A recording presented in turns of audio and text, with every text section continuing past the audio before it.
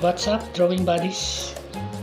Mga ka-drawing, there's a saying that a good drawing must have a good lettering. This is really true to the field of drawing or drafting, and that is what I am going to share to you today. Let's grow!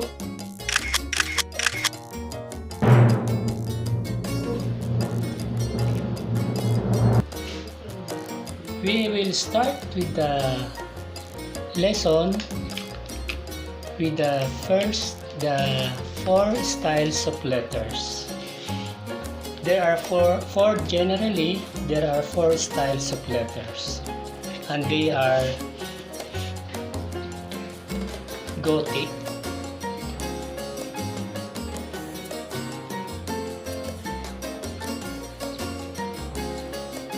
Roman,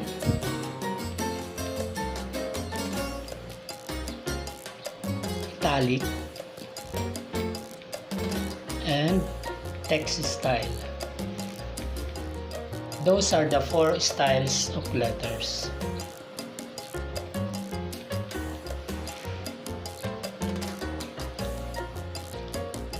And how are we going to draw? Before we start to learn how to letter, you must know the different guidelines.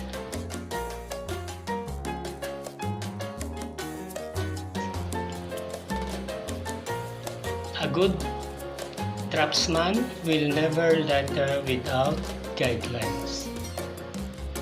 So guidelines are like lines that we use to guide our letters to make it straight. And let's say, for example, Gothic style. This is the Gothic style.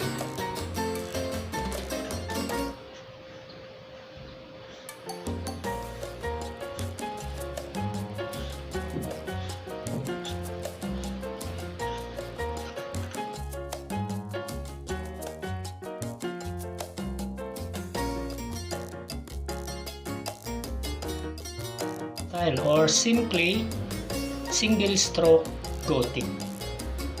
And Roman style, when drawing Roman style, or when we make Roman style, we use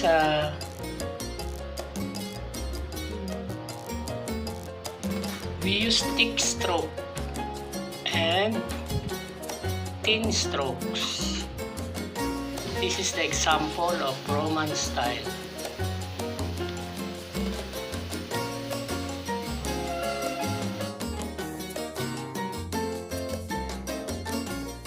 The serifs and helix. This is the Roman style of letter R. There you go. Called the italic style. Italic style are letters slanted or italicized, like this one.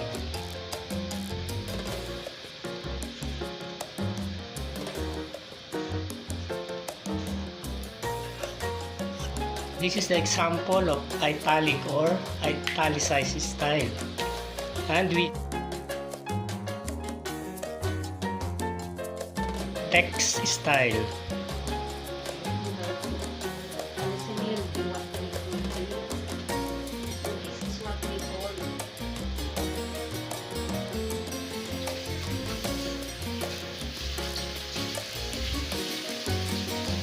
This is the text style.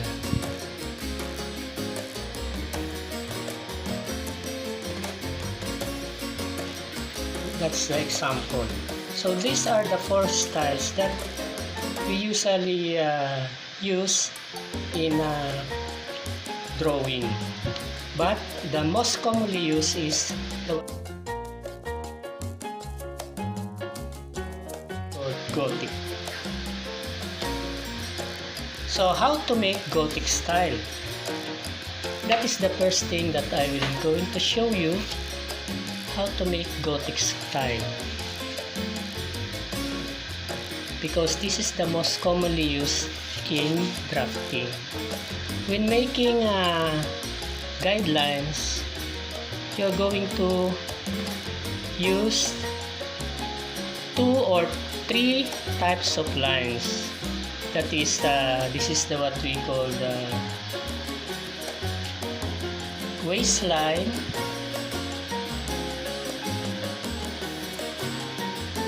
this is a cut line,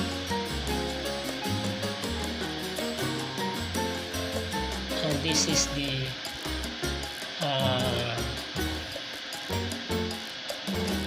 center line.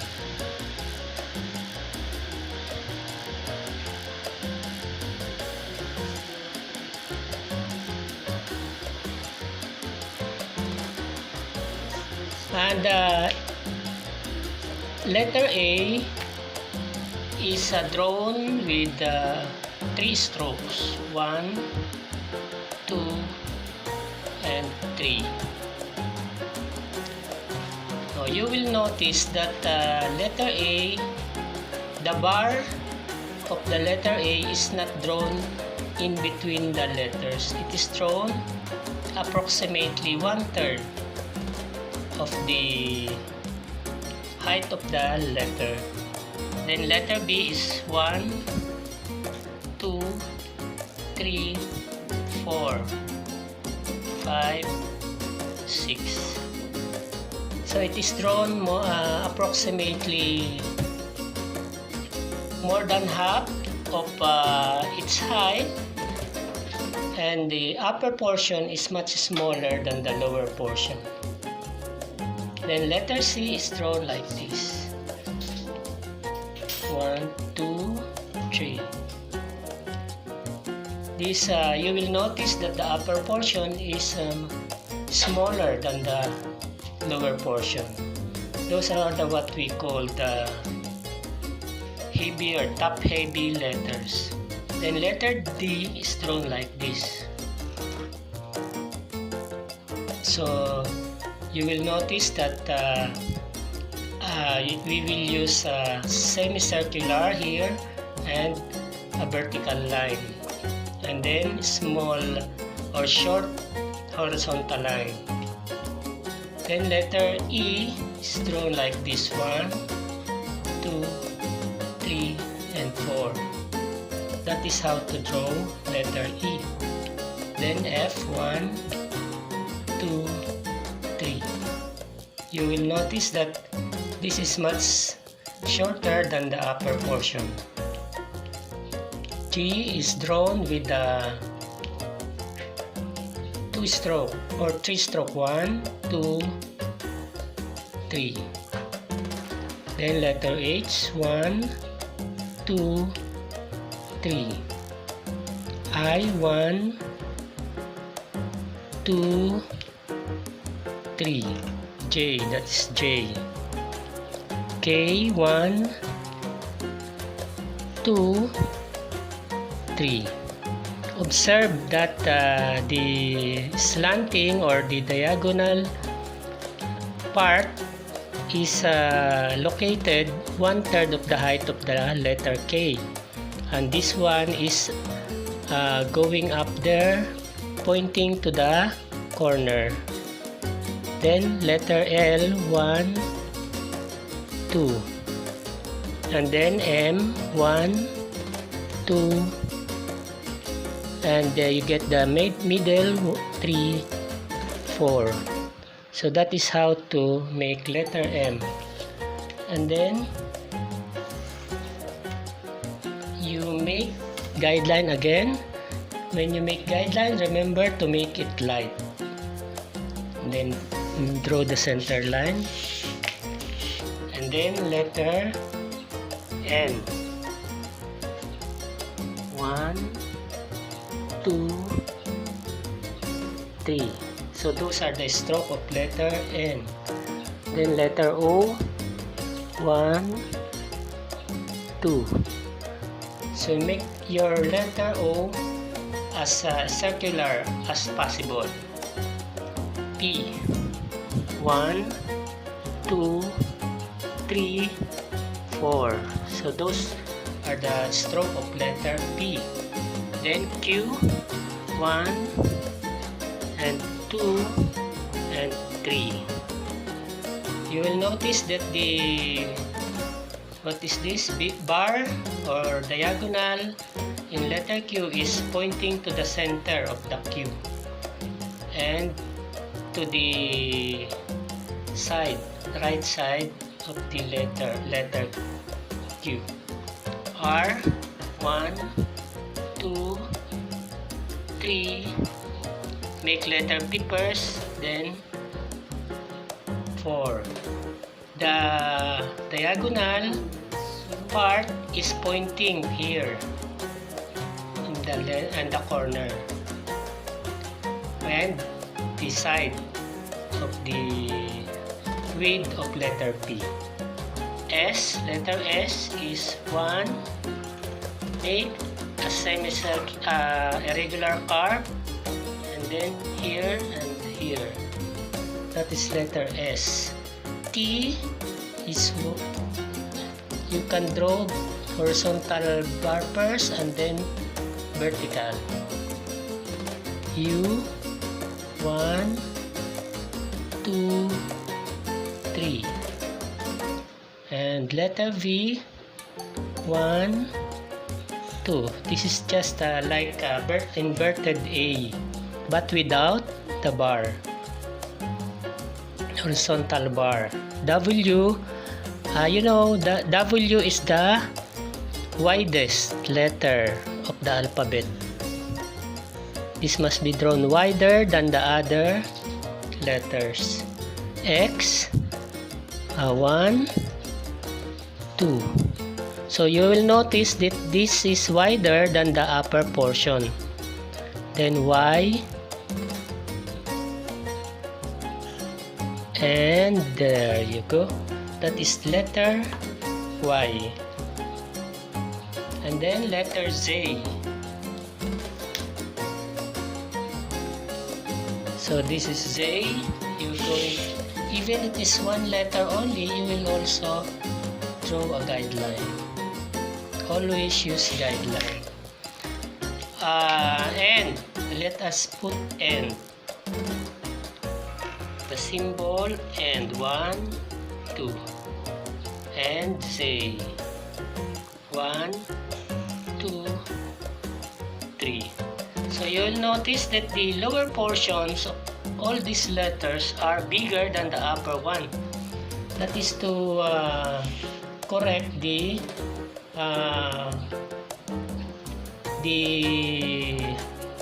what we call hot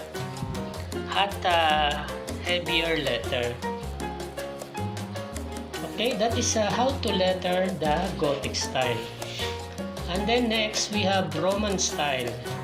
So as I have told you, Roman style has serifs and fillets. Yeah, there you go. And fillets.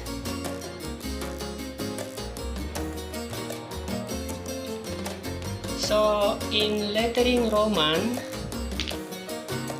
you must use a wider part or the much heavier part or thick to make a stroke thick.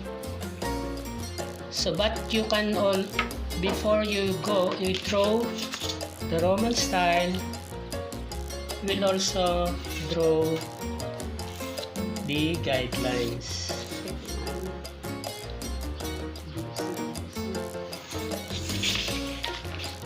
Now when making Roman style, this is the most beautiful letter of the alphabet because this is used in Roman times.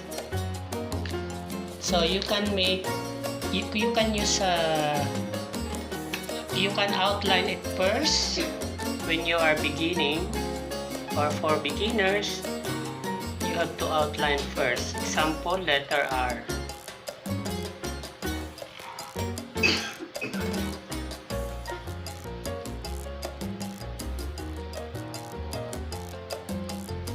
then make the serifs and fill it here. Then you are going to fill out or fill in the letters. So that is the letter R. Then letter O, I will just teach you some basic letter, but you can find this in some of the computers today for your reference. This is just a sample of your letter. So you are going to use thick. This is thick stroke and this is thin stroke.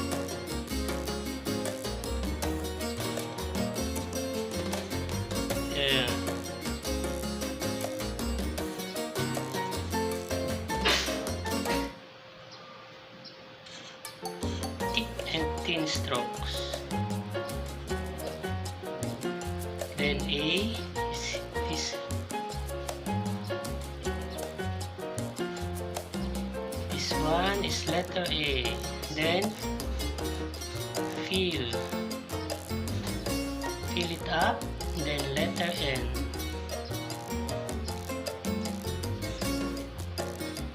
So this is how to make letters, but you can practice this to be able for you to master it.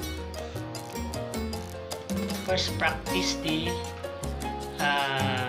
kind of lines, just like in drafting or in drawing, you practice the different types of lines. And then we have the what we call italic.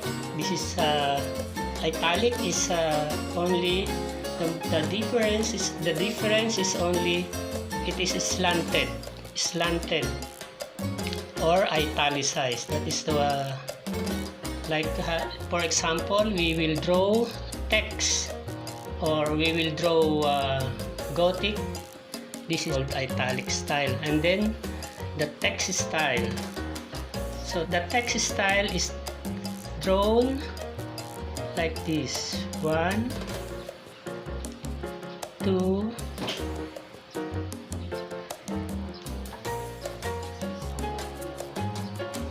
then you can use like this. This is the color, the Crayola that I sharpen it in wedge point. This is the what we call wedge point. But also you can use a pencil by making outline like this one.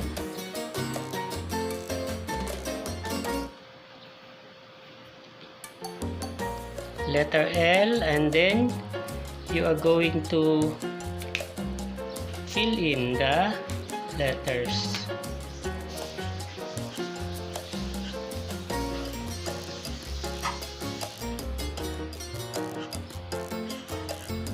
This is how to make letter L with a pentel pen or any marking pen. Then fill in the outline. So this is that it's the best practice is to make it close as possible. This part you have to make it close as possible, like this one, so it will make it more beautiful. So that's all, and later on I will teach you how to apply these letters in actual. Okay, and that's all, and I hope you enjoy watching. Please don't forget to click like, subscribe, and press the notification button. Thank you.